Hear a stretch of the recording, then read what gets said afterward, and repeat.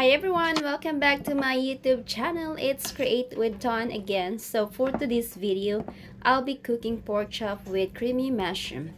So as you can see, I'm putting my seasoning there, salt, pepper, and some magic syrup seasoning. Turn it over, then you do the same on the other side. So I'm cutting my onions, of course. Then after that, I'll be cutting my garlic. So ayan, inaano ko na. So nireheat ko na yung stew, tapos niluto ko yung pork chop.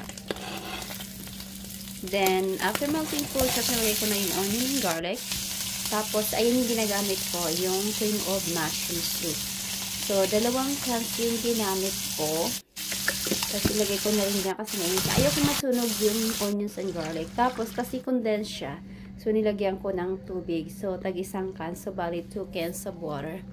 Tapos make sure mo lang guys na wala lang mga bilog-bilog sa ating creamy mushroom.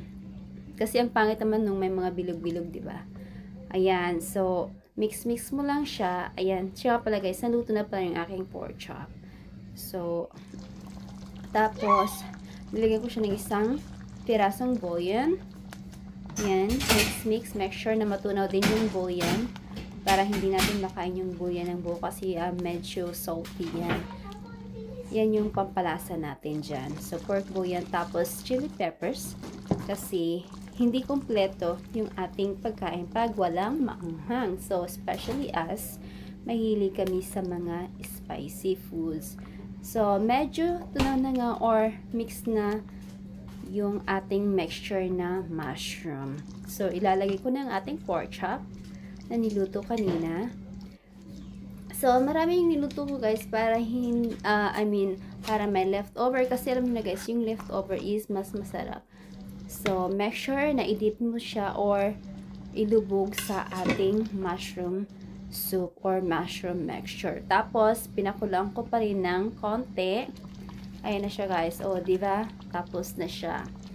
So, matapos kong pakuluan, pwede na siyang hanguin or patayin na yung ating heat. Tapos, nagluto rin ako ng sides.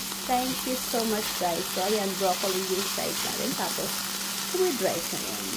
Thank you so much.